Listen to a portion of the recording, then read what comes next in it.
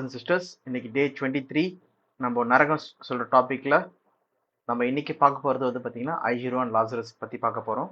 அந்த ஓமையை பார்க்க போறோம். முழுமையா அது எதுக்காக சொல்லப்பட்டிருக்கு, ஏன் சொல்லப்பட்டிருக்கு சொல்ற அந்த தெளிவை நம்ம வந்து இன்னைக்கு நம்ம தெரிஞ்சுக்க போறோம்.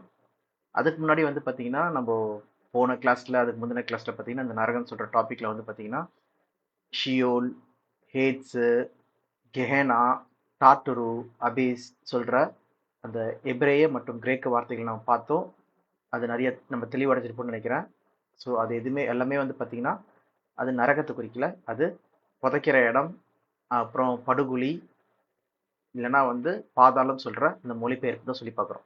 அதுக்கு ஈவன் யாக்கோபு அவருடைய குமரனாகி யோசேப்பு போனார் சொல்லிட்டு நானும் போக சித்தமா இருக்கிறேன்னு சொல்லி சொல்றாரு. ஈவன் யோபு கூட என்ன பண்றாரு, நீதிமானாகி யோபு நானும் போறேன்னு சொல்றாரு. தாவீது போறேன்னு சொல்றாரு. ஈவன் இயேசு கிறிஸ்துவை என்ன பண்றாரு, அந்த பாதாளத்துக்கு போனான்னு சொல்லி போட்டிருக்கு. அப்போ அதை எதை குறிக்கி சொல்லி பார்த்தீங்கன்னா கல்லறை, செத்து போன நிலைமையை குறிக்கி சொல்லி பார்க்குறோம். மரண நிலையை குறிக்கி சொல்லி பார்க்குறோம். அதுக்கப்புறம் தான் இயேசு கிறிஸ்து 3ஆம் நாள் உயிர் தெழுறாரு சொல்லி பார்க்குறோம். ஷியோல், ஹேடஸ் சொல்ற வார்த்தைக்கு. அதே போல டாட்டரு சொல்றது வந்து பார்த்தீங்கன்னா அது ஏஞ்சல்ஸ், ஆதி மென்மை காத்துக்குள்ள தூதர்கள், நோக காலத்தில் தப்பு செஞ்ச தூதர்களாகட்டும், இல்லைன்னா வந்து சாத்தான் கட்டி வைக்கிற ஒரு பிரிசன், ஒரு ஜெயில் சொல்றத வந்து குறிக்கிது சொல்லி பார்க்குறோம். அந்த கார இருள் நல்லா கட்டி வச்சிருக்கிறத சொல்லி பார்க்குறோம். அந்த வார்த்தை ஒரு தடவை தான் வருது, டாட்டரு சொல்ற வார்த்தை 2 பேதுரு 2:4 சொல்லி நம்ம பார்த்தோம். அதே போல கெஹேனா சொல்றது இக்கால வரைக்கும் நம்ம வந்து இந்நாள் வரைக்கும் நம்ம வந்து அந்த கெஹேனா சொல்ற இடத்துக்கு போய் நம்ம பார்க்க முடியும். ஓகேவா? அதுதான் வந்து உன் கண் இடரல் உண்டாக்கினால் அதை பிடுங்கி போடு, நீ ஒரு கண்ணுனாய் பரலோகத்துக்கு தேவனுடைய ராஜ்யத்தை பிரவேசிக்கிறது காட்டிலும் நீ வந்து அழிந்து போவதை படிக்கி. ஓகே, ஒரு கண்ணுள்ளோனாய் நீ என்ன பண்ணலாம், தேவனுடைய ராஜ்யத்தில் பிரவேசிக்கலாம். நீ முழுமையா நீ வந்து கெஹனாக்கு போவதை படிக்க, அங்கே நரகம் சொல்லி போட்டிருக்கு. அந்த வார்த்தை ஆக்சுவலாக வந்து பார்த்தீங்கன்னா கெஹேனா. ஸோ கெஹேனா சொல்றது வந்து ஒரு குப்பை மேடு, அங்கே நிரந்தரமாய் நம்ம வந்து அழிக்கிற ஒரு இடம். ஓகே, அதுதான் வந்து இயேசு கிறிஸ்து என்ன பண்ணுறாரு, நீ வேஸ்ட் ஆகாத படிக்கி நீ வந்து ஒரு பிரோஜனமுள்ள ஒரு ஆளாரு சொல்றதுக்கு வந்து யூஸ் பண்ணுறாரு சொல்லி பார்க்குறோம். ஓகே, யூஸ்ஃபுல்லான ஒரு ஆளுங்களா இருங்க சொல்லிட்டு. ஓகே, அழிந்து விடாத படிக்கி சொல்லி நம்ம பார்க்குறோம். ஸோ இதை தொடர்ந்து நம்ம என்ன பார்த்தோம்னா போன கிளாஸ் டே 22ல வந்து என்ன பார்த்தோம்னா எரி நரகம் சொல்லி நான் பார்த்தோம். அதே போல் எப்படி இந்த நரகம் சொல்கிற டாபிக் சித்தாந்தம் வந்து வேதாகமத்தில் இல்லைன்னா இந்த பைபிளுக்குள்ளே நுழைஞ்சிது சொல்லி நான் பார்க்கும்போது ஆரம்பத்தில் இந்த மாதிரி நரகம் சொல்கிற டாப்பிக்கே இல்லை. ஈவன் யூதர்களுக்கு மத்தியிலேயே வந்து இந்த டாப்பிக்கே இல்லை சொல்லி பார்க்குறோம். இது எல்லாமே வந்து பார்த்திங்கன்னா இந்த 4ஆம் நூற்றாண்டு பிளாத்தோ மூலமாக தான் வந்து நரகமே இன்வென்ட் பண்ணப்பட்டது. ஓகே, இன்வென்ஷனே ஆச்சு சொல்லி பார்க்குறோம். டிஸ்கவர் கிடையாது, இன்வென்ஷன் சொல்லி பார்க்குறோம். ஓகேவா? கண்டுபிடிக்கப்பட்டது சொல்லி பார்க்குறோம். எதுக்காகனா அப்போ இருந்த மக்களை வந்து கட்டுக்கோப்பாக வைக்கிறதுக்காக, கவர்மெண்ட் ரூல்ஸ் கேட்டு அவங்க நடக்கிறதுக்காக ஒரு மாயமான ஒரு காரியங்களை வந்து கொண்டு வந்தார் சொல்லி பார்க்குறோம். அதுதான் வந்து பிளாத்தோட இன்வென்ஷன் ஆஃப் ஹெல் சொல்லி ஒரு புக்கே இருக்குது, இல்லைனா அந்த டாப்பிக்கில் நிறைய ஆர்டிகிள்ஸ் இருக்குது, நீங்கள் போய் படிக்கலாம் அதை பற்றி. ஓகேவா? ஸோ இன்றைக்கி நம்ம பார்க்க போகிறது வந்து பார்த்திங்கன்னா ஐஷரோன் லாசரஸ். அந்த ஓமையை வச்சு என்ன சொல்லுவாங்கன்னா நிறைய பேர் பாருங்கள், ஐஷரோன் வந்து நரகத்துக்கு போயிட்டாரு, லாசரு வந்து ஆப்ரஹாமோட மடிக்கு போயிட்டார், பரலோகத்துக்கு போயிட்டாரு சொல்லி சொல்லுவாங்க. ஆனால் இது எப்படி வந்து தப்பாக இருக்குது சொல்கிறத வந்து நம்ம பார்க்க போகிறோம். இது ஒன்று ஒன்றா நம்ம பார்க்கலாம். ஃபஸ்ட்டு ஸ்க்ரீன் ஷேர் பண்ணுறேன். ஓகே, நம்ம எங்கே பார்க்கலாம்னா வந்து லூக்கா 16ஆம் அதிகாரம் 19ஆம் வசனத்துலேருந்து அது இருக்குது. இந்த ஓமை வந்து எல்லாருக்குமே தெரியும். ஓகேவா? இது ஒரு ஓமை தான் இது. ஓகே, நிகழ்வு கிடையாது சொல்லி பார்க்குறோம். ஓகேவா? ஸோ ஓமையை தான் வந்து இங்கே பேசிகிட்டு இருக்காங்க. ஏன்னா இதுக்கு முன்னாடி இருக்கிற எல்லா காரியமும் ஓகே என்னதுன்னா 16ஆம் அதிகாரம் 1ஆம் வசனமாக இருக்கட்டும், அங்கே சொல்லப்பட்டதும் சரி, அதுக்கு முன்னாடி சொல்லப்பட்ட அநேக ஓமைகள் சொல்லி பார்த்தீங்கன்னா தொடர்ச்சியாக பேசிகிட்டு இருக்காரு சொல்லி பார்க்குறோம். ஓகே, காணாமல் போன ஆடு சொல்கிற ஓமை சொன்னார். வேணா படிங்க, லூக்கா 15:3.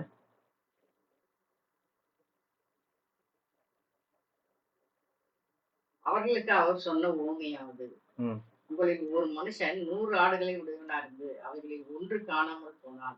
99 ஆடுகளையும் வனாந்தரத்திலே விட்டு காணாமல் போன ஆட்டை கண்டுபிடிக்கும் அளவும் தேடி தெரியாமல். போதும். ஓகே, அங்க பார்த்தோன்னா என்ன போட்டிருக்கு, இயேசு கிறிஸ்து சொன்ன ஓமையாவது சொல்லி சொல்றாரு. ஓகேவா? அதே போலதான் வந்து 8ஆம் வசனத்துல பாத்தீங்கன்னா அங்க 10 வெள்ளிக்காசு பத்தின ஒரு ஓமை சொல்லுவார் சொல்லி பார்க்குறோம். இங்க ஓமைன்னு சொல்ல, ஆனா நம்மளுக்கு என்ன கான்டெக்ட் புரியுது சொல்லி பாத்தீங்கன்னா இங்கே தொடர்ச்சியா என்ன பண்றாரு, ஓமைகளா வந்து சொல்லிட்டு வர்றாரு. ஓகேவா? அதே போல வந்து பாத்தீங்கன்னா இங்கேயும் காணாமல் போன கெட்ட குமாரன் சொல்ற அந்த ஓமை வந்து பார்த்தீங்கன்னா இங்கே ஓமைனே சொல்லப்படல 11ஆம் வசனத்தில். ஓகே, டேரக்டாக என்ன பண்ணுறாரு, ஜீசஸ் கண்டினியூட், இயேசு கிறிஸ்து தொடர்ந்து ஓமைகளை வந்து சொல்லிட்டு வர்றாரு சொல்லி பார்க்குறோம். அந்த வகையில் தான் வந்து பார்த்தீங்கன்னா இங்கே அதுக்கு அடுத்த அதிகாரமாகிய 16ஆம் அதிகாரத்தில் அவர் வந்து ஃபர்ஸ்ட் 16ஆம் அதிகாரம் 1ஆம் வசனத்தில் என்னதுன்னா அது வந்து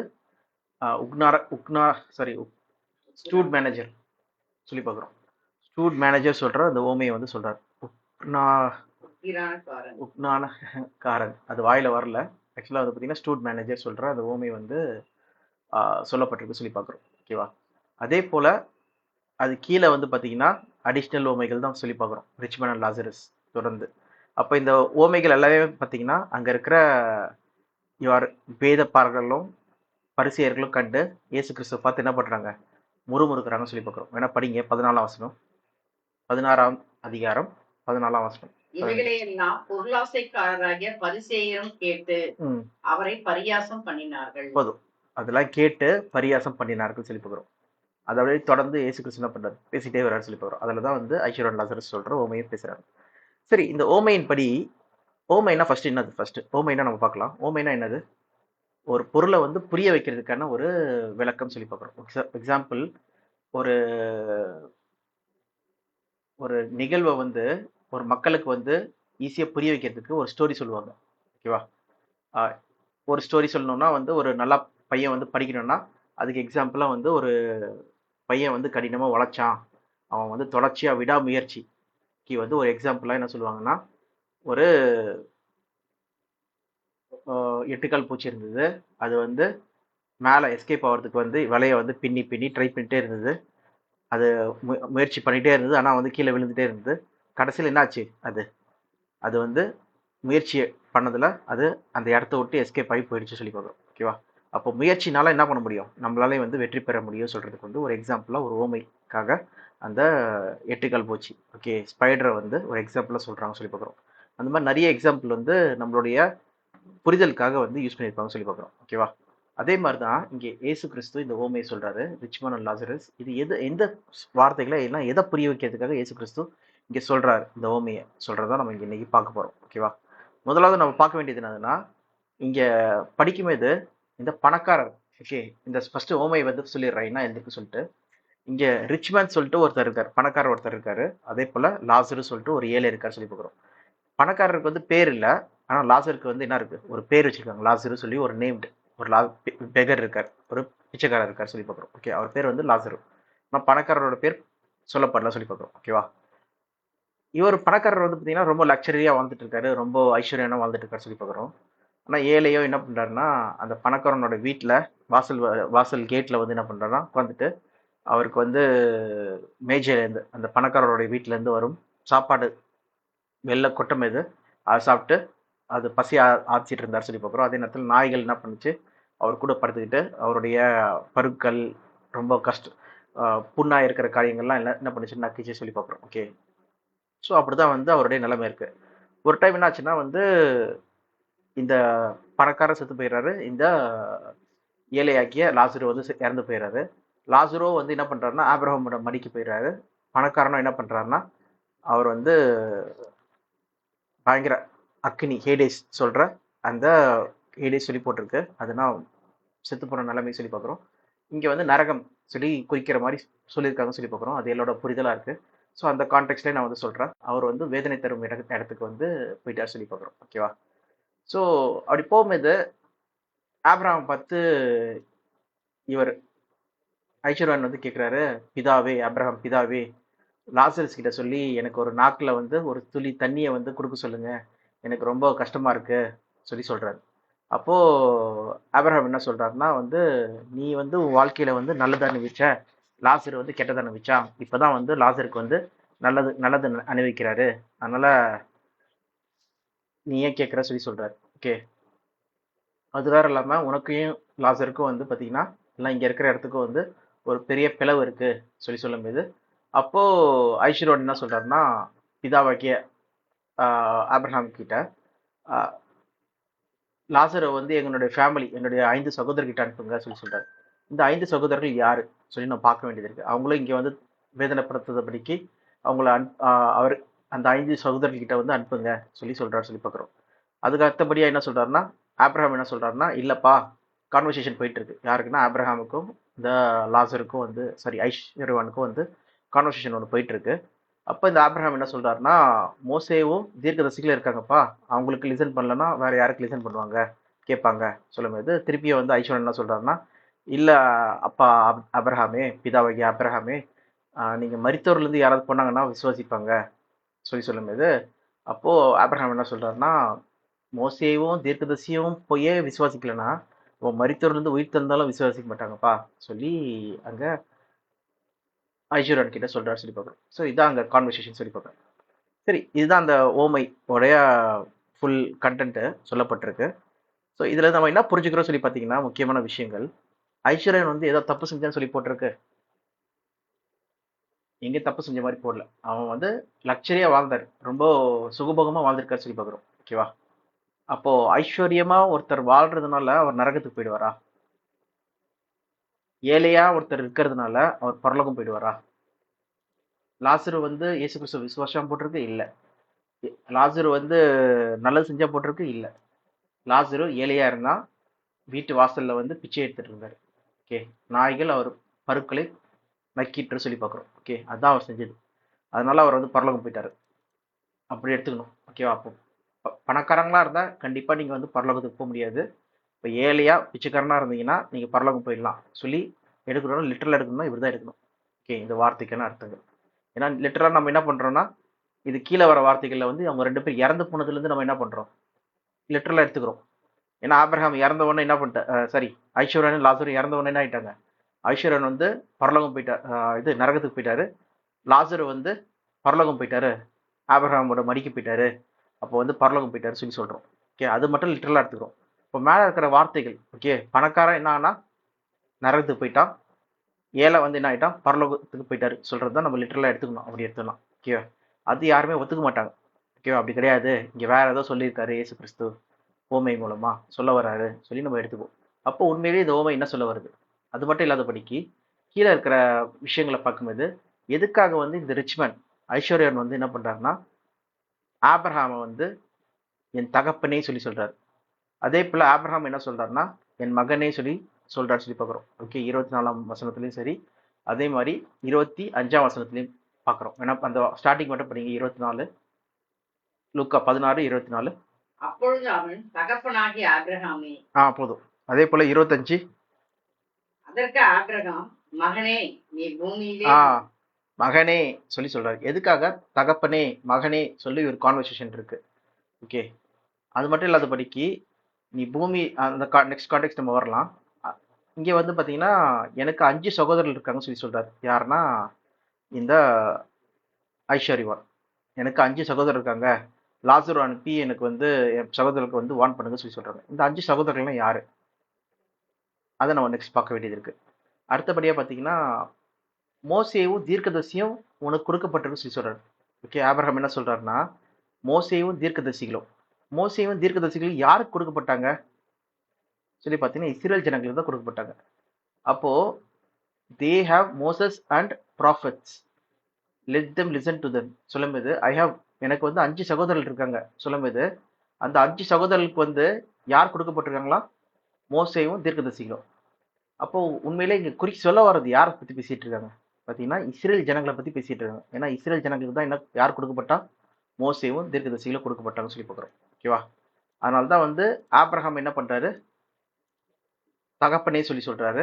ஆபிரகாம் என்ன சொல்றாரு, என் மகனே சொல்லி சொல்றாரு சொல்லி பார்க்குறோம். ஓகேவா? ஸோ ஐஸ்வர்யான் வந்து ஆபிரகாம தகப்பனே சொல்றாரு, ஆபிரகாம் வந்து மகனே சொல்லி ஐஸ்வர்யானை சொல்றாரு சொல்லி பார்க்குறோம். ஓகே, இந்த ஒரு பாயிண்ட் மட்டும் நான் ஞாபகம் வச்சுக்கோங்க. அடுத்தபடியா வந்து நெக்ஸ்ட் வந்து மரித்தோர்லேருந்து யாராவது போனால் நல்லா இருக்குமே சொல்லும்போது, மோசேக்கும் தீர்க்கதரிசிக்கும் மனம் திரும்பாதவங்க எப்படி மரித்தோர்லேருந்து போனால் மனம் திரும்புவாங்க, அவங்க கேட்பாங்க சொல்லி ஆபிரகாம் சொல்றாரு சொல்லி பார்க்குறோம். ஓகேவா? இதை பற்றி தான் நம்ம வந்து நெக்ஸ்ட் டிஸ்கஸ் பண்ண போகிறோம். அப்போ உண்மையிலேயே வந்து பார்த்தீங்கன்னா இது லிட்டரலாக எடுக்க முடியாது எல்லாத்தையுமே. இதை நம்ம வந்து அவர் ஒரு ஓமையா சொல்லியிருக்காரு, அந்த ஓமைக்கான அர்த்தத்தை நம்ம வந்து புரிஞ்சுக்க ட்ரை பண்ணணும் சொல்லி பார்க்குறோம். ஓகேவா? இப்போ நம்ம பார்க்கலாம். இங்கே ஃபர்ஸ்ட் ஆஃப் ஆல் இந்த ரிச்மன் நம்ம பார்த்த மாதிரி இது யாரை குறிக்கும் சொல்லி பார்த்தீங்கன்னா, இது இஸ்ரேல் ஜனங்களை குறிக்கும் சொல்லி பார்க்குறோம். ஏன்னா இஸ்ரேல் ஜனங்கள் தான் தேவனுடைய ஃபேவரை, தேவனுடைய அந்த எல்லா வித ஐஸ்வர்யங்களையும் பெற்ற மக்களா இருந்தாங்கன்னு சொல்லி பார்க்குறோம். ஓகே, தேவனால் தெரிந்து கொள்ளப்பட்ட ஜனங்களா இருக்கும். உலகத்திலிருந்து உங்களை தெரிந்து கொண்டேன்னு சொல்லி சொல்றாரு. ஓகேவா? அது கூட வசனம் பார்த்தீங்கன்னா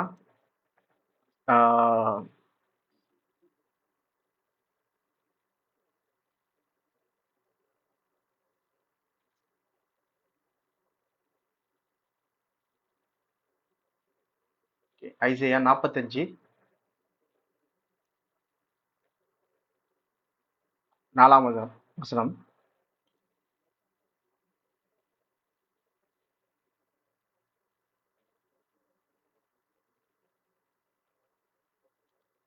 வெண்கல கதவுகளை உடைத்து இருப்பு தாழ்பால்களை முறைத்து அந்தகாரத்தில் இருக்கிற பொக்கிஷங்களையும் ஒளிப்பிடத்தில் இருக்கிற புதையல்களையும் உனக்கு கொடுப்பேன். நான் என் தாசனாகிய யாக்கோபின் நிமித்தம், நான் தெரிந்து கொண்ட இஸ்ரவேலின் நிமித்தம் நான் உன்னை பெயர் சொல்லி அழைத்து நீ என்னை அறியாதிருந்தும் உனக்கு நாமம் தரிப்பேன்.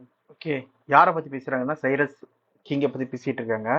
என்னுடைய இஸ்ரேல் ஜனங்கள், நான் என்னுடைய வாக்குத்தத்தம் பண்ணப்பட்ட இல்லைன்னா வந்து என்னால் தெரிந்து கொள்ளப்பட்ட இஸ்ரேல் ஜனங்கள் நிமித்தம் நான் உன்னை என்ன பண்றேன், உன்னைய வந்து கூப்பிடுறேன் சொல்லி சொல்றாரு. ஓகேவா, நீ என்னை அறியாதிருந்தும் உனக்கு ஒரு நாமத்தை ஏற்படுத்தினேன்னு சொல்லி சொல்றாரு. நீ என்னைய அக்னாலேஜ், நீ என்னைய வந்து அங்கீகரிக்கல, என்னை அக்னாலேஜ் பண்ணல. ஓகே, நான் தான் தேவன் சொல்லி நீ என்ன பண்ணல, என்னை அங்கீகரிக்கல. அங்கீகரிக்காம இருந்தாலும் நான் உன்னைய வந்து என்ன பண்றேன், பேர் சொல்லி அழைக்கிற தேவனா இருக்கிறேன்னு சொல்லிட்டு இங்க பாக்குறோம். Okay, I call some due by name. யாருக்குன்னா என்னுடைய இஸ்ரேல் ஜனங்கள் நிமித்தம் சொல்லி சொல்றாரு. இதே போல ஐசையா 41 கூட பாருங்க, 41ஆம் வசனம்.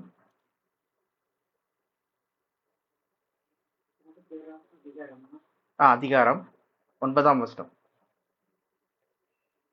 நான் பூமியின் கடையாந்தரங்களிலிருந்து உன்னை எடுத்து அதன் எல்லைகளிலிருந்து அழைத்து வந்து நீ என் தாசன், நான் உன்னை தெரிந்து கொண்டேன், நான் உன்னை வெறுத்து விடவில்லை என்று சொன்னேன்.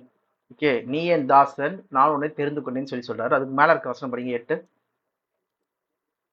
என் தாசனாகிய இஸ்ரவேலே, நான் தெரிந்து கொண்ட யாக்கோபே, என் சிநேகிதனான ஆபிரகாமின் சந்ததியே, நான் பூமியின் கடையாந்தரங்களிலிருந்து உன்னை எடுத்து அதன் எல்லைகளிலிருந்து அழைத்து வந்து நீ என் தாசன், நான் உன்னை தெரிந்து கொண்டேன், நான் உன்னை வெறுத்து விடவில்லை என்று சொன்னேன் சொல்லிட்டு யார சொல்றாங்க சொல்லி பாத்தீங்கன்னா இஸ்ரேல் ஜனங்களை சொல்றாங்க சொல்லி பாக்குறோம். யாக்கோவின் புத்திரர் சொல்லி பாக்குறோம், ஆபிரகாமின் சந்ததின்னு சொல்லி பாக்குறோம். ஓகேவா, இவங்களதான் தேவன் என்ன பண்ணாருன்னா ஆசீர்வதித்தாரு.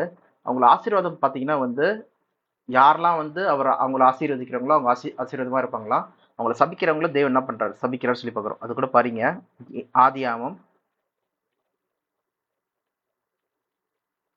12ஆம் அதிகாரம், அதுல 3ஆம் வசனம் படிங்க. உன்னை ஆசீர்வதிக்கிறவளை ஆசீர்வதிப்பேன், உன்னை சபிக்கிறவனை சபிப்பேன், பூமியில் உள்ள வம்சங்கள் எல்லாம் உனக்குள் ஆசீர்வதிக்கப்படும் என்றார். ஓகே, உன் சந்ததிக்குள் என்ன பண்ணுவோம், எல்லாருமே ஆசீர்வாதமா இருப்பாங்க சொல்லி பாக்குறோம். உன்னை ஆசீர்வதிக்கிறவர்களை ஆசீர்வதிப்பேன், உன்னை சபிக்கிறவர்களை சபிப்பேன்னு சொல்லி சொல்றாரு. ஓகேவா, அப்படி பார்க்கும்போது இஸ்ரவேல் ஜனங்கள் வந்து எகிப்துல இருந்து வரும்போது எகிப்தே என்னாச்சு, நிர்மூலமாச்சு 10 வாதைகள்னால. ஓகேவா, அது செங்கடல் 2ஆ பிளந்து அந்த எகிப்தோட அந்த ராஜாக்கள் எல்லாருமே, அந்த படை வீரர்கள் எல்லாமே என்ன பண்ணிட்டாங்க, அந்த செங்கடல்ல வந்து இறந்துட்டாங்க சொல்லி பார்க்குறோம். ஓகேவா, அது மட்டும் இல்லாதபடிக்கு அவங்க கானான்குள்ள நுழையும் போது அநேக தேசங்கள் என்னாச்சு, அவங்க முன்னாடி வந்து விழுந்தது. அதை கேட்ட உடனே ராகாபா இருக்கட்டும், அங்க இருந்த அநேக ஜனங்களுடைய மனது வந்து என்ன ஆச்சா, கரைஞ்சு போயிடுச்சு. ஏன்னா வந்து அவங்க அவங்க யாரை பாக்குறாங்க, அவங்க கூட வர ஜீவனுள்ள தேவனை வந்து பார்த்து பயந்துடுறாங்கன்னு சொல்லி பாக்குறோம். அவ பாத்தீங்கன்னா எல்லா தேசத்துக்கு மத்தியில இஸ்ரேல வந்து விசேஷமான ஒரு ஜனங்களா தேவன் வந்து வச்சிருக்கா சொல்லி பாக்குறோம். இதுதான் அவங்களுக்கு கொடுக்கப்பட்ட ஒரு மிகப்பெரிய ஒரு ஆசீர்வாதம் சொல்லி பாக்குறோம். ஓகேவா, அது மட்டும் இல்லாதபடிக்கு பாலும் தேனும் ஓடுகிற தேசம்னு அவங்க கட்டளைக்கு கீழ்பட்டு நடந்தாங்கன்னா அவங்க அவங்க மத்தியில நோய் கூட இருக்காது சொல்லி போட்டிருக்க வசனம். என்ன படிங்க,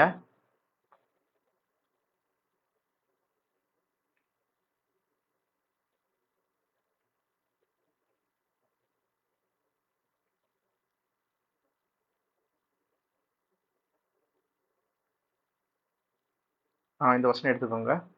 எக்ஸோட யாத்திராகமம் 15:26.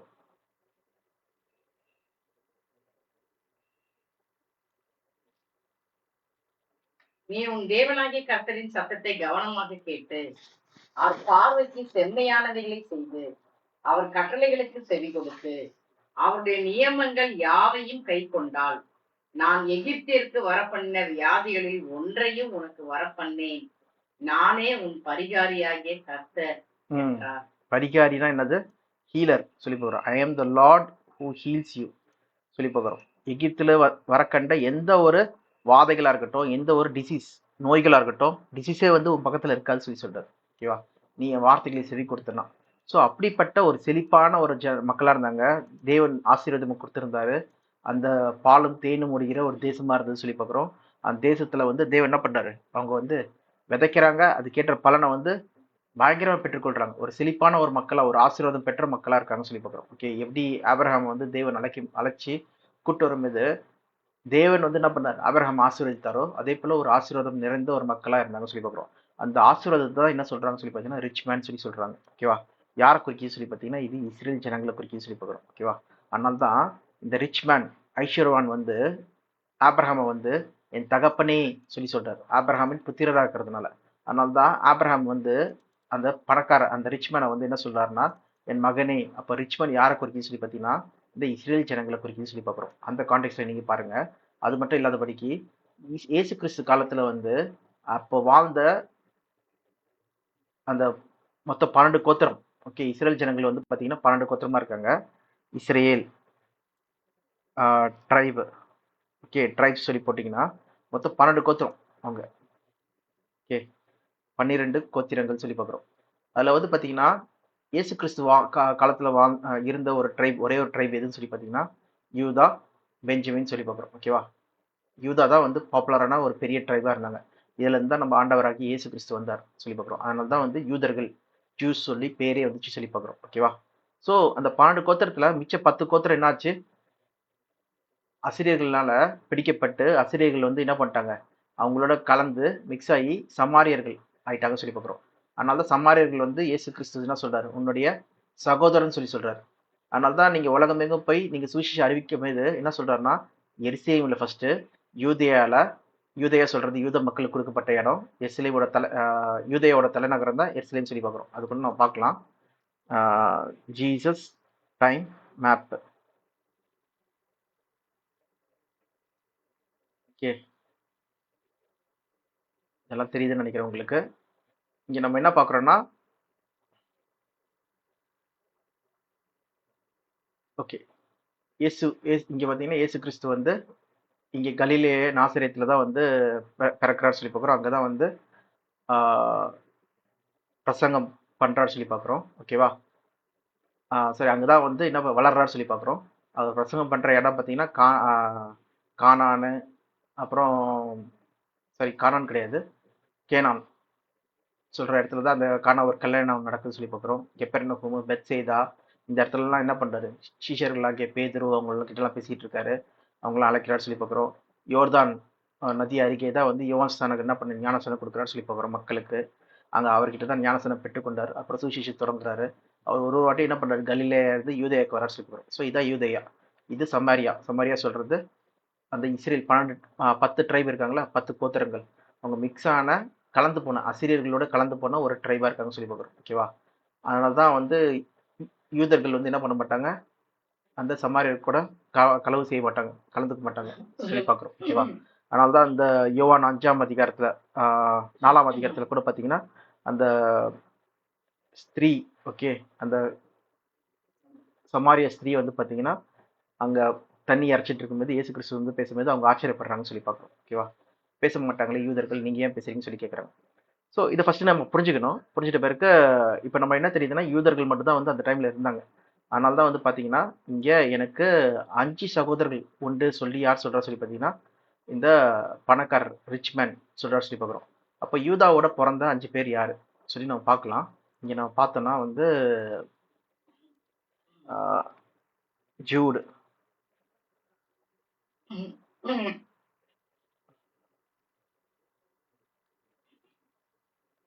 லேயா தான் வந்து யாரோட மனைவினா யாக்கோபோட மனைவி. யாக்கோபு சொல்கிறது தான் வந்து இஸ்ரேல் சொல்லி நம்ம பேர் மாற்றப்பட்டது சொல்லி பார்க்குறோம். ஓகே, ரெசல்ட் வித் காட் சொல்லி பார்க்குறோம். தேவனோடு சண்டை போட்டு வெற்றி பெற்றவர் சொல்லி நம்ம பார்க்குறோம். ஓகேவா? லேயால் சொல்கிறவங்க தான் என்ன பண்ணாங்கன்னா யாக்கோபோட முதலாம் மனைவி சொல்லி பார்க்குறோம். அவங்களுக்கு மொத்தம் 5 குமாரர்கள் பிறக்கிறாங்க. ஒரு குமாரத்தி பிறக்கிறாங்க, தீனா. அதில் 5 குமாரர்கள் சொல்லி பார்த்தீங்கன்னா ரூபன், சிமியோன், லேவி, யூதா, இசக்கார், ஜெபுலன் சொல்கிறவங்க சொல்லி பார்க்குறோம். அதில் 6 குமாரர்கள் சொல்லி பார்க்குறோம். அதில் மொத்தம் 6 பேர் போட்டிருக்கு. ரூபன், சிமியோன், லேவி, யூதா, இசக்கார் அண்ட் ஜெபுலன் சொல்லிட்டு.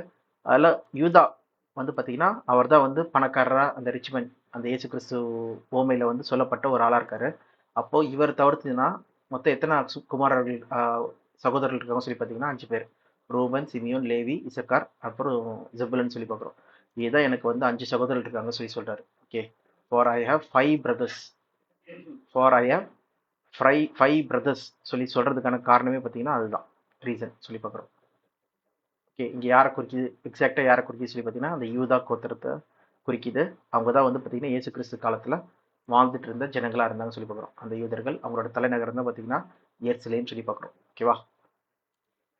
ஸோ இப்போ ஐஸ்வர்யான் பற்றி தெரிஞ்சிச்சு. இப்போ லாசரு பற்றி நம்ம பார்க்கலாம். லாசரு யாரு சொல்லிட்டு. லாசரு வந்து பார்த்தீங்கன்னா பிச்சை எடுக்கிறவராக இருக்கா சொல்லி பார்க்குறோம். லாசருக்கு ஆக்சுவலாக வந்து பைபிளில் இல்லை இயேசு கிறிஸ்து காலத்தில் அந்த டைமில் இருக்கிற பேர் மாற்று பேர் என்னன்னு சொல்லி பார்த்தீங்கன்னா லாசரு இன் ஹீப்ரூஸ் வந்து பார்த்தீங்கன்னா எலியேசர் சொல்லி பார்க்குறோம். ஓகே, எலியேசர். எலியேசர் சொன்னால் உங்களுக்கு ஞாபகம் வருதா? Okay, Eliezer is the name, sir name. It is drive from the Hebrew வார்த்தை எலியேசர்லேருந்து அது சொல்லி பார்க்குறோம். அதனால தான் லாசரு சொல்கிற பேர் யூஸ் பண்ணுறாங்க.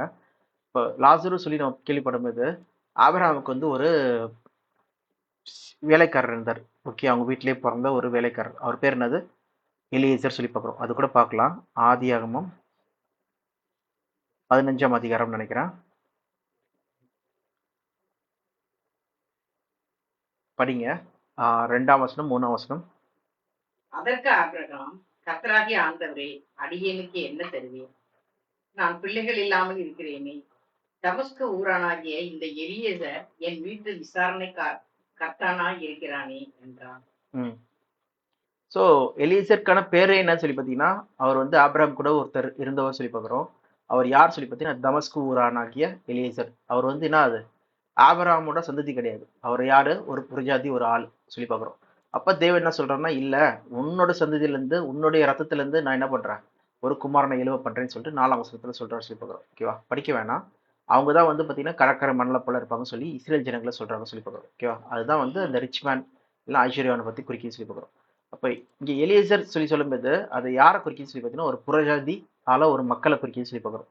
அப்போ பார்த்தீங்கன்னா இந்த இன்சிடென்ட் இப்போ நம்ம படிக்கிற லூக்கா 16ஆம் அதிகாரத்தில் நம்ம படிக்கும்போது அங்கே என்னதுன்னா அவர் எஜமான் இல்லைன்னா வந்து அந்த பணக்காரருடைய வீட்டு வாசல்ல இருக்கிறாரு. அங்கே மேஜையிலேருந்து ஒரு துணிக்கை என்ன பண்ணுறாரு, சாப்பிட்டு என்ன பண்ணுறாரு, அவர் வந்து பசி ஆத்துறாரு சொல்லி பார்க்குறோம். அதான் போட்டிருக்கு 21ஆம் வசனத்தில். ஓகேவா? அப்படி போட்டிருக்கும் போது இதே நிலைமை வந்து சமாரிய ஸ்திரீக்கும் நடக்கும் சொல்லி பார்க்குறோம். அது வேணா படிக்கலாம். சமாரிய ஸ்திரீய, சரி கானானிய ஸ்திரீ, சமாரிய ஸ்திரீ கிடையாது, கானானிய ஸ்திரீ.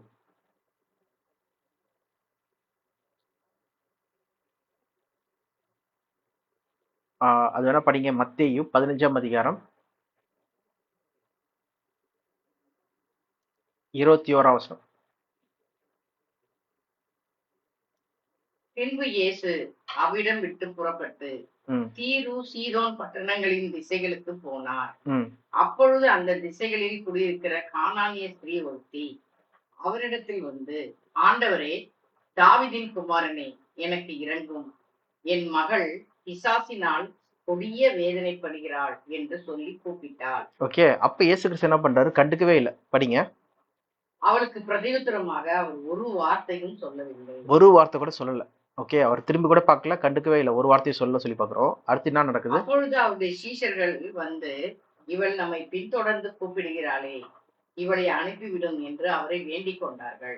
பாருங்க, சீஷர்களே என்ன பண்றாங்க, இயேசு கிறிஸ்து கிட்ட கெஞ்சி கேட்கறாங்க, வேண்டிக் கொள்கிறாங்க. என்னன்னா, நம்மளை பின்தொடர்ந்து ரொம்ப தூரம் வராங்களே இயேசுவே, இவங்களை என்ன பண்ணுங்க, அவங்களுக்கு குணப்படுத்திட்டு அனுப்பிச்சு விட்டுருங்க. அவங்களுடைய குழந்தை டாக்டர், ஓகே, அவங்களுடைய குழந்தைய வந்து சுகப்படுத்திட்டு நீங்க அனுப்பிச்சிருங்க. ஏன்னா அவங்களுக்கு வந்து பேய் பிடிச்சிருக்கு சொல்றாங்க.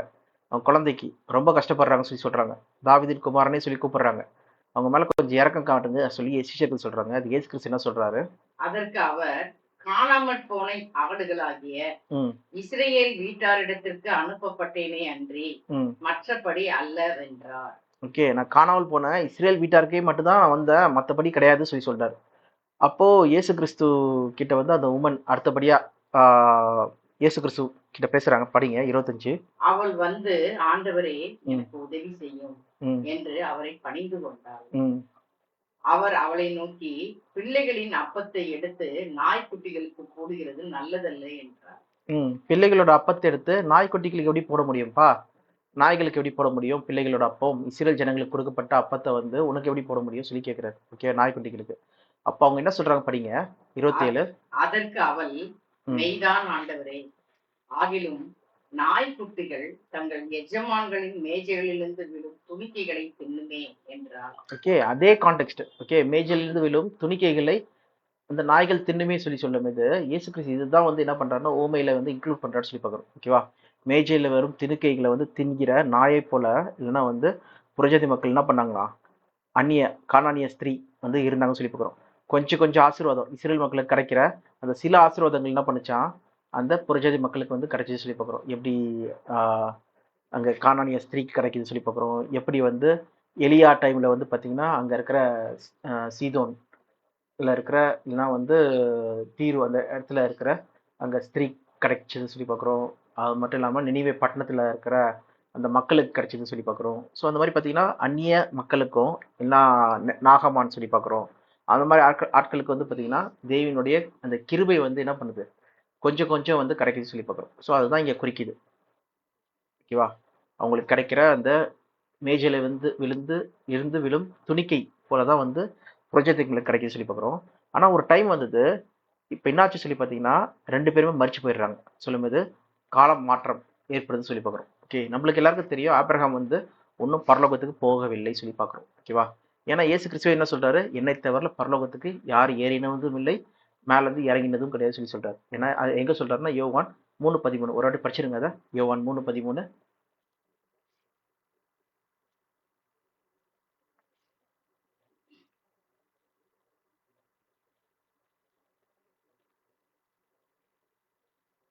பரலோகத்திலிருந்து இறங்கினவரும் பரலோகத்தில் இருக்கிறவருமான மனுஷகுமாரனே அல்லாமல் பரலோகத்துக்கு ஏறினவன் ஒருவனும் இல்லை. ஒருவரும் இல்லை, பரலோகத்துக்கு ஏறினவர் ஒருவரும் இல்லை சொல்லி பார்க்கணும். ஓகேவா, அதே போல ரெண்டாவது விஷயம் என்ன நம்ம புரிஞ்சுக்கிறோம் சொல்லி பார்த்தீங்கன்னா இந்த இடத்துல இயேசு கிறிஸ்துவோட 2ஆம் வருகையில தான் எல்லாருமே உயிர் தருவாங்க சொல்லி பார்க்குறோம். அப்பதான் வந்து மரித்தோரின் உயிர்த்தெழுதல் நடக்குது. ஏன்னா இயேசு கிறிஸ்து என்ன சொல்றாரு, கடைசி நாட்களில் அவர்களை உயிர் தெழுப்புவேன்னு சொல்லி சொல்றாரு. ஓகேவா, வேணா படிங்க யோவான் 3ஆம் அதிகாரம். அதுல வந்து ஒரே நிமிஷம் இந்த வசனம் எடுத்துக்கிறேன். 6:44 படிங்க.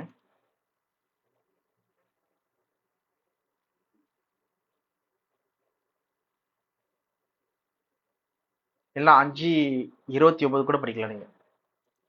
6:44. என்னை அனுப்பின பிதா ஒருவனை இழுத்துக் கொள்ளாவிட்டால் அவன் என்னிடத்தில் வரமாட்டான். கடைசி நாளில் நான் அவனை எழுப்புவேன். கடைசி நாளில் நான் அவனை எழுப்புவேன் சொல்லி பார்க்கிறோம். 40 வசனம் படிங்க. குமாரனை கண்டு அவரிடத்தில் விசுவாசமாய் இருக்கிறவன் எவனோ அவன் நித்திய ஜீவனை அடைவதும் நான் அவனை கடைசி நாளில் எழுப்புவதும் என்னை அனுப்பினவருடைய சித்தமாய் இருக்கிறது என்றார். ஓகே, கடைசி நாள்ல எந்த நாள் சொல்லி பார்த்தீங்கன்னா அதான் தேவனுடைய ராஜ்யமா இருக்கு சொல்லி பார்க்குறோம். இதை பத்தி நம்ம தெளிவா வந்து கிளாஸ் 3 இல்லைன்னா கிளாஸ் 2ல நம்ம பார்த்துருப்போம். அதை நீங்க போய் பாருங்க, செக் பண்ணுங்க. ஓகே, டே 15, 16 அந்த மாதிரி இருக்கும் சொல்லி பார்க்குறோம். ஸோ இங்க பார்த்தீங்கன்னா கடைசி நாளில் அவனை எழுப்புவேன்னு சொல்லி சொல்றாரு. அப்ப பார்த்தீங்கன்னா மரித்தவர்கள் மரித்த நிலைமையில தான் இருக்காங்க. எல்லாருமே வந்து நித்திரையில் இருக்காங்க சொல்லி பார்க்குறோம். ஏற்ற வேலையில இயேசு கிறிஸ்துவோட 2ஆம் வருகையில எல்லாருமே உயிர்த்தெழுவாங்கன்னு சொல்லி பார்க்குறோம். இதான் பைபிள் வேதாகம் சொல்லப்பட்டிருக்கு.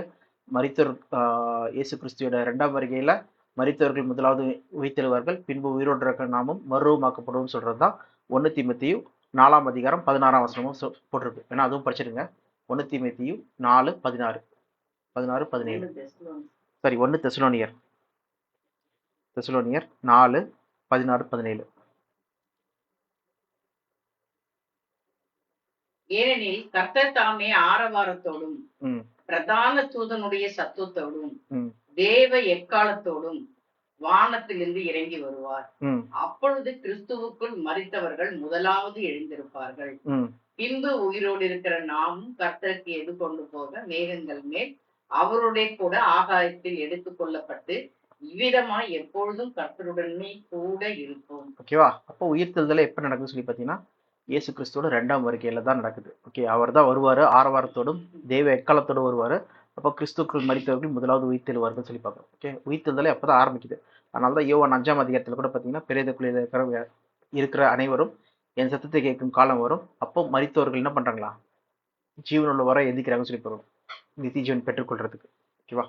அதே போல ஆக்கிடை சொல்லும் போது அவங்க ஒரு வாய்ப்பை வந்து பெறாங்கன்னு சொல்லி பார்க்குறோம். மற்றவர்கள் தீமை செய்தவர்கள்னா வந்து அவிசுவாசிகள். ஓகே, ஸோ அப்படி பார்க்கும்போது அப்போ ஆபிரகாமா இருக்கட்டும் யாருமே வந்து இன்னும் பரலோகத்துக்கு போகவில்லை சொல்லி பார்க்குறோம். அப்போ இது ஓமையா இருக்கு சொல்லி பார்க்குறோம். ஓமையா இருக்கும்போது இங்கே ஒரு காலம் மாற்றம் அடையுது. அப்போ வந்து இந்த வாய்ப்பு, இந்த 2 பேருக்கு இருக்க வாய்ப்பு வந்து மாற்றப்படுது. இந்த ஐஸ்வர்யா என்ன வரான்னு சொல்லி பார்த்தீங்கன்னா தேவனுடைய ஃபேவர் வந்து பெறுறாங்க, தேவனுடைய அந்த கிருபையை வந்து பெறுறாங்கன்னு சொல்லி பார்க்குறோம். எப்படி லாசர் வந்து எப்படி ஐஸ்வர்யன் வந்து முன்னாடி காலத்துல வந்து பார்த்தீங்கன்னா தேவனுடைய ஃபேவரையும் தேவனுடைய எல்லா ஆசீர்வாதங்களையும் பெற்றவராக இருந்தாரோ, அதே போல இந்த லாசர் வந்து என்ன பண்றாரு, எலியேசர் சொல்றவரு தேவனுடைய ஆசீர்வாதத்தை பெறவரா மாறுறாரு சொல்லி பார்க்குறோம். அதே வந்து ரிச்மேன் ஐஸ்வர்யன் என்ன பண்றாரு, தேவனுடைய ஃபேவர்ல இருந்து என்ன பண்றாரு, வெளியே புறம்பை வந்து தள்ளப்படுறாரு சொல்லி பார்க்குறோம், புறம்பான இருளுக்கே தள்ளப்படுறாரு சொல்லி பார்க்குறோம். ஓகேவா? அந்த தேவனுடைய அருள் பெறாத ஒரு இடம், இல்லைன்னா தேவனுடைய பாதுகாப்பு, தேவனுடைய அரவணைப்பு இல்லாம அவங்க வந்து என்ன புறம்பாக தள்ளப்படுறாங்கன்னு சொல்லி பார்க்குறோம். இதுதான் பவுல் வந்து பார்த்தீங்கன்னா ரோமர் 9ஆம் அதிகாரம் இல்லை 10ஆம் அதிகாரம் 11ஆம் அதிகாரத்துல எல்லாமே வந்து விளக்கத்தை சொல்லி பார்க்குறோம். இஸ்ரேல் மக்களுக்கு வந்து வாய்ப்பு வந்து நீக்கப்படுது, புரஜாதி மக்களுக்கு வந்து வாய்ப்பு வந்து அவங்களுக்கு கிடைக்குதுன்னு சொல்லி பார்க்குறோம். ஓகேவா? இதை நம்ம டீட்டெயிலாக பார்க்கலாம். அதுக்கு முன்னாடி நீங்கள் புரிஞ்சுக்க வேண்டிய விஷயம் என்னதுன்னா, இங்கே வந்து மாற்றம் அடையுது. எதனால மாற்றம் அடையுதுன்னு சொல்லி பார்த்தீங்கன்னா அந்த பெரிய கேப் சொல்லி சொல்றாங்க. 24ஆம் வசனம் படிங்க, லூக்கா 16:24.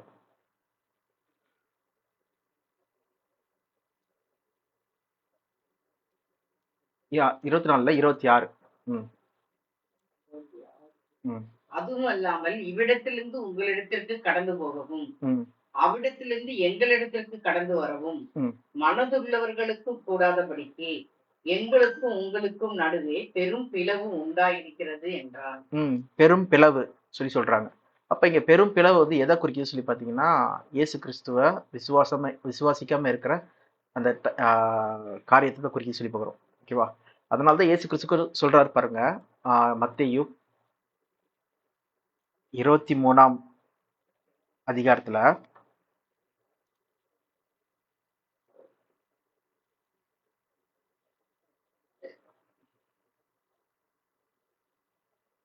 39 படிங்க, கடைசி வசனம்.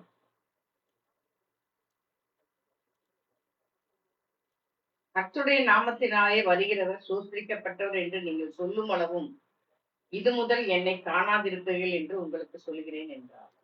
இது முதல் நீங்கள் என்னை காணாதிருப்பீர்கள் என்று உங்களுக்கு சொல்கிறேன் என்றார். ஓகேவா? கர்த்தருடைய நாமத்தினால் வருகிறவர் ஸ்தோத்தரிக்கப்படத்தக்கவர் என்று நீங்கள் சொல்லும் அளவும் இது முதல் என்னை காணாதிருப்பீர்கள் சொல்லி இயேசு கிறிஸ்து என்ன பண்றாரு, அவங்கள வந்து தள்ளிடுறாரு சொல்லி பார்க்குறோம். ஓகேவா? ஏன்னா அவங்க என்ன பண்றாங்க, இயேசு கிறிஸ்துவ ரிஜெக்ட் பண்றாங்க. அவர் வந்து நான் தேவனிடத்தில் வந்தவர், என்னை ஏற்றுக்கொள்ளுங்க சொல்லி சொன்னா என்ன பண்றாங்க, அவங்க ஏற்றுக்கொள்ளவே இல்லை இஸ்ரேல் மக்கள். ஓகே, அவரை வந்து என்ன பண்றாங்க, காட்டி கொடுக்குறாங்க. சரி, அவரை சிலுவையில் அறையிறதுக்கு வந்து எல்லா மக்களும் என்ன பண்றாங்க, முயற்சி எடுக்கிறாங்க. அவரை கல் எறிஞ்சு கொல்லணும்னு சொல்லி நினைக்கிறாங்க சில டைம்ல. ஓகே, கடைசியில சிலுவையிலே அரைஞ்சிட்டாங்கன்னு சொல்லி பார்க்குறோம். அரைஞ்ச பிறகு 3ஆம் நாள் உயிர் தெழுறாரு. உயிர் தெழுந்த பிறகு இவர் தான் மெசியா சொல்லி தெரிஞ்சாலும் பிரதான ஆசிரியர் என்ன பண்றா சொல்லி பாருங்க. மத்தேயு 27 நினைக்கிறேன், ஒரு நிமிஷம் எடுத்துக்கலாம். 28 படிங்க. 28ல ஓய்வு நாள் முடிந்து வாரத்தின் முதலாம் நாள் விடிந்து வருகையில் எந்த வசனம் சொல்லுங்க, 11ஆம் வசனம். அதுல இருந்து மகதலேனா மரியாளும் மற்ற மரியாளும் கல்லறையை பார்க்க வந்தார்கள். டைரக்டா 11ல இருந்து படிங்க. எதுல இருந்து படிக்கிறீங்க, ஃபுல்லா படிக்கிறீங்களா? இல்ல, முதல் 3 வசனம் அதுக்கப்புறம். சரி, படிங்க. அப்பொழுது பூமி மிகவும் அதிரும்படி கர்த்தருடைய தூதன் வானத்திலிருந்து இறங்கி வந்து வாசல் இருந்த கல்லை புரட்டி தள்ளி அதன் மேல் உட்கார்ந்தான். அவனுடைய ரூபம் மின்னலை போலவும் அவனுடைய வஸ்திரம் உறைந்த மலையை போல வெண்மையாகவும் இருந்தது. காவலாளர் அவனுக்கு பயந்ததினால் திடுக்கிட்டு செத்தவர்களை போல ஆனார்கள். ஓகே, அப்புறம் 11 படிங்க. 11ல இருந்து. அவர்கள் போகையில் காவல் செய்வர்களில் சிலர் நகரத்துக்குள்ளே வந்து நடந்த யாவற்றையும் பிரதான ஆசாரியருக்கு அறிவித்தார்கள். இவர்கள் மூப்பரோட கூடி வந்து ஆலோசனை பண்ணி சேவகருக்கு வேண்டிய பணத்தை கொடுத்து, நாங்கள் நித்திரை பண்ணுகையில் அவனுடைய சீஷர்கள் ராத்திரியிலே வந்து அவனை களவாய் கொண்டு போய் விட்டார்கள் என்று சொல்லுங்கள். இது தேசாதிபதிகளுக்கு கேள்வியானால் நாங்கள் அவரை சம்மதப்படுத்தி உங்களை தப்புவிப்போம் என்றார்கள். நம்ம பாத்தீங்கன்னா துணிகரமா என்ன பண்றாங்கன்னா, இந்த பிரதான ஆசிரியர்கள் இயேசு கிறிஸ்து உயிர்த்தெழுந்தார் சொல்லி தெரிஞ்சாலும் அவங்க என்ன பண்றாங்க, காசு கொடுத்து அதை மறைக்கிறாங்கன்னு சொல்லி பார்க்குறோம். ஓகேவா? இதுதான் வந்து நம்ம லூக்கால நம்ம என்ன படிக்கிறோம்னா, அந்த கடைசி வசனத்துல 31ஆம் வசனத்துல மரித்தோர்லேருந்து உயிர் தெழுந்தாலும் அவங்க நம்ப மாட்டாங்க. அது வேணா படிங்க. 31 லூக்கா 16:31. அதற்கு அவன், அவர்கள் மோசேக்கும் தீர்க்கதரிசிகளுக்கும் செவி கொடாவிட்டால் மரித்தோரிலிருந்து ஒருவர் எழுந்து போனாலும் நம்ப மாட்டார்கள் என்று சொன்னான் என்றார். ஓகேவா? அப்ப இயேசு கிறிஸ்து மரித்தோரிலிருந்து உயிர் தெழுந்தார் சொல்லி தெரியுது அவங்களுக்கு. ஓகேவா? ஏன்னா டைரக்டாவே வந்து அந்த ரோம சிப்பாய்கள் வந்து என்ன சொல்றாங்க, அந்த பிரதான ஆசிரியர்கிட்ட வந்து சொல்றாங்க, அவர் எஞ்சிட்டாருப்பா சொல்லிட்டு சொல்லும் போது கூட இவங்க நம்பாதபடிக்கு காசு கொடுத்து மறைக்கிறாங்கன்னு சொல்லி பார்க்குறோம். ஓகேவா? ஸோ அவ்வளோ துணிகரமாக என்ன பண்ணுறாங்கன்னா தப்பு செய்கிறவங்களா இருக்காங்கன்னு சொல்லி பார்க்குறோம். அதுதான் வந்து இங்கே ஆபிரகாம் வந்து சொல்கிறார். ஓகே, மோசேக்கும் தீர்க்கதரிசிக்கும் செவி கொடுக்காதவங்க மரித்தோர்லேருந்து உயிர் தெரிந்தாலும் வந்து செவி கொடுக்க மாட்டாங்கன்னு சொல்லி சொல்கிறாங்க. அப்போது நம்ம டைரெக்டாக பார்க்குறதுனாலனா இது வந்து இங்கே சொல்லப்படுற அந்த பணக்கார இல்லை ஐஸ்வர்யன் யாரை குறிக்குதுன்னு சொல்லி பார்த்தீங்கன்னா இந்த யூதனை குறிக்குது. யூதர்கள் வந்து இயேசு கிறிஸ்துவ மறுதளிச்சதுனால அவங்களுக்கு வந்த நிலைமையை வந்து குறிக்கிறதா இருக்கு சொல்லி பார்க்குறோம். அவங்களுக்கு வந்து என்ன ஆயிடுச்சு, இயேசு கிறிஸ்து இனி காணுவதில்லை சொல்லி சொன்ன உடனே அவங்க கிபி 70 வந்து பார்த்தீங்கன்னா அந்த தேசமே வந்து அழிக்கப்பட்டது. அது வேணா படிக்கலாம். அதே மத்தேயு 23 வந்து பார்த்தீங்கன்னா 37, 38 படிங்க. மத்தேயு 23, 37, 38.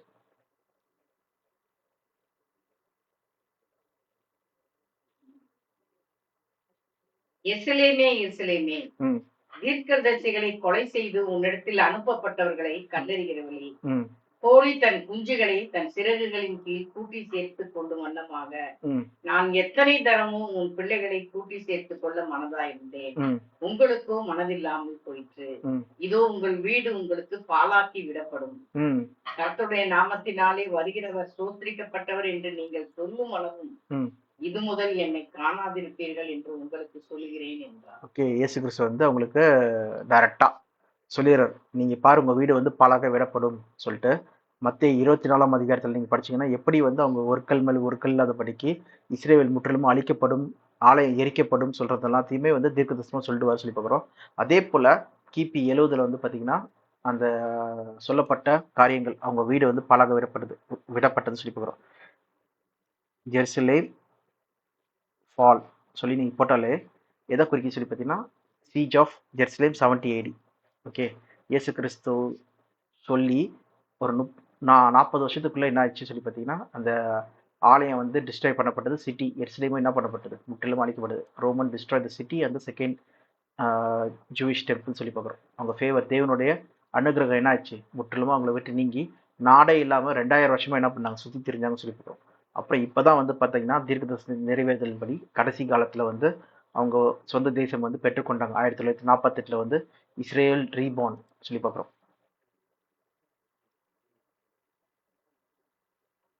ஓகே, அது நியூஸ் பேப்பரில் கூட பார்த்தீங்கன்னா இதான் ஃபர்ஸ்ட் வந்து post, Israel state of Israel is born சொல்லி பார்க்குறோம்.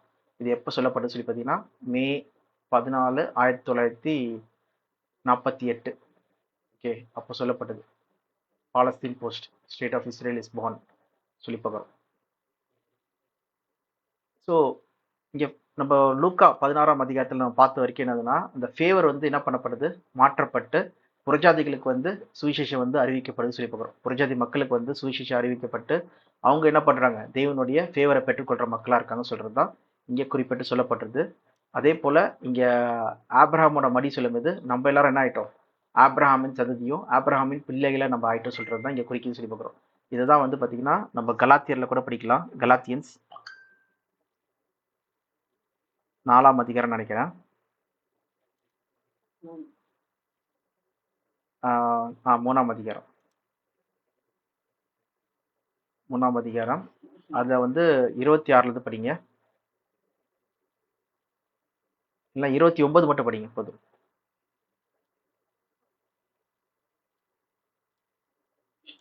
நீங்கள் கிறிஸ்துவுடையவர்களானால் ம் ஆபிரகாமின் சந்ததியராயும் ம் வாக்கு தத்துவத்தின்படி சுதந்திரராயும் இருக்கிறீர்கள். நீங்க கிறிஸ்துக்குள் வந்ததுனால நீங்க என்ன ஆயிட்டீங்களா? ஆபிரகாமின் சந்ததி ஆயிட்டீங்க சொல்லி கிறிஸ்து மூலமா நம்ம என்ன ஆயிட்டோமா? ஆபிரகாமின் சீட் வாக்குத்தத்த பிள்ளைகள் ஆயிட்டோம், அவரோட வாக்குத்தத்தின் சந்ததி ஆயிட்டோம் சொல்லி சொல்றாங்க. நம்ம யூதரும் கிடையாது, கிரேக்கரும் கிடையாது, கிறிஸ்துவுக்குள் நம்ம எல்லாரும் என்ன பண்றோமா? ஒருவரா இருக்கிறோம் சொல்லி பார்க்குறோம். ஏன்னா படிங்க, 28ஆம் வசனம் படிங்க. யூதன் என்றும் கிரேக்கன் என்றும் இல்லை, அடிமை என்றும் சுயாதீன் என்றும் இல்லை, ஆண் என்றும் பெண் என்றும் இல்லை, நீங்கள் எல்லாரும் கிறிஸ்து இயேசுக்குள் ஒன்றாய் இருக்கிறீர்கள். நீங்கள் எல்லாம் கிறிஸ்து இயேசுக்குள் ஒன்றாய் இருக்கிறீர்கள் சொல்லி பார்க்குறோம். ஓகே, இப்போ கிறிஸ்து இயேசு மூலமா என்ன ஆச்சு? இந்த ஃபேவர் வந்து மாறிடுச்சு சொல்லி பார்க்குறோம். யூதர்களுக்கு இருந்த மேன்மை மகிமை இயேசு கிறிஸ்துவ அவங்க ரிஜெக்ட் பண்ணதுனால, அவங்க ஏற்றுக்கொள்ளாததுனால என்னாச்சு? அவங்க கிட்ட இருந்து போய் புரஜாதி மக்கள் கிட்ட வருது. யாரெல்லாம் புரஜாதி மக்கள் ஏற்றுக்கொண்டாங்களோ அவங்களுக்கு ஆபிரகாமின் சந்ததி, ஆபிரகாமின் பித்தர்களாக ஆகிறாங்கன்னு சொல்லி பார்க்குறோம். ஓகேவா?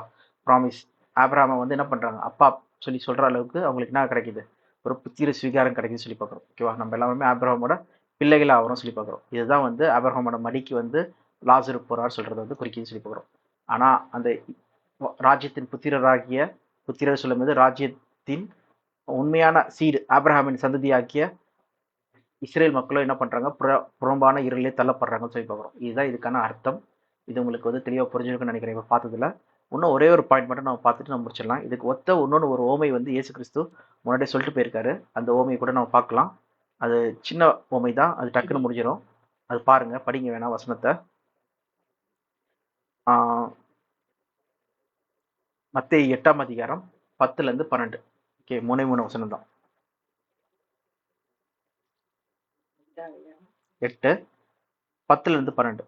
இயேசு இதை கேட்டு ஆச்சரியப்பட்டு தமக்கு பின் செல்கிறவர்களை நோக்கி, இஸ்ரேலருக்குள்ளும் நான் இப்படிப்பட்ட விசுவாசத்தை காணவில்லை என்று மெய்யாகவே உங்களுக்கு சொல்கிறேன். அநேகர் கிழக்கிலும் மேற்கிலும் இருந்து வந்து பரலோக ராஜ்யத்தில் ஆபிரகாம், ஈசாக்கு, யாக்கோபு என்பவர்களுடைய பந்தையில் இருப்பார்கள். ராஜ்யத்தின் புத்திரரோ புறம்பான இருளிலே தள்ளப்படுவார்கள். அங்கே அழுகையும் பற்கடிப்பும் உண்டாயிருக்கும் என்று உங்களுக்கு சொல்லுகிறேன் என்றார். ஓகேவா? அப்போ ராஜ்யத்தின் புத்திரன்னா என்னது? அந்த ராஜ்யத்துக்கு சொந்தக்காரனாகிய ஆபிரகாமின் வம்சத்துல வந்த இஸ்ரேல் மக்களோ யூதர்களோ, ஓகே, அவங்க என்ன பண்றாங்க?